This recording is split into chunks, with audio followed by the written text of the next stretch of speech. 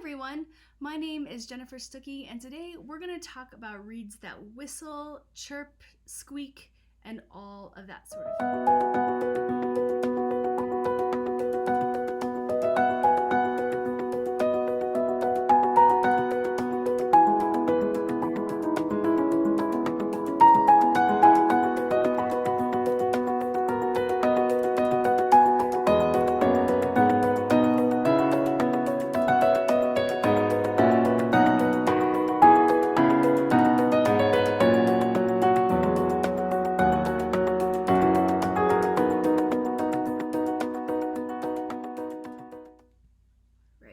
So I actually got this question in an email.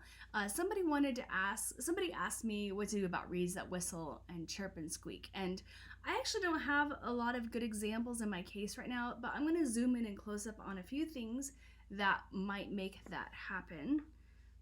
So let's go ahead and zoom in. So if you think about what's happening when your reeds are whistling, it's because there's something to do with response. So there's I've got 4 reasons why that might happen to you.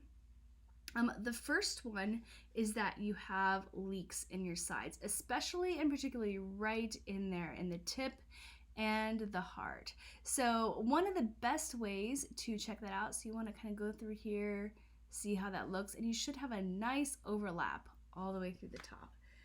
One way that you can check that is to dip your reed in the water and kind of close the tip like this and see if you have any water. I actually have just a little bit in this, but this is a pretty good reed, so it's not really bothering me. But what we want to make sure is that you don't have leaks right in here. So that's one reason why. The second reason is because the tip is too thin. So, and most particularly, it's too thin and too uneven. So I don't have a pencil with me right here, but we've got you see how we've got a nice thinness through the tip right here? Sometimes if you see patches of thin here, but thicker here and all over the place where it's just not even, that can contribute to squeaking sides. So you just want to make sure that the tip is gradually thinning out towards the tip of the tip. The other thing is if it's too thin compared to the heart.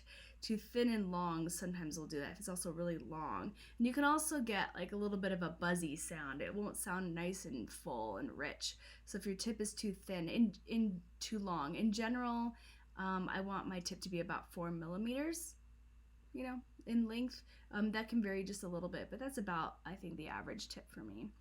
And then if you just have if it's a little bit too thick.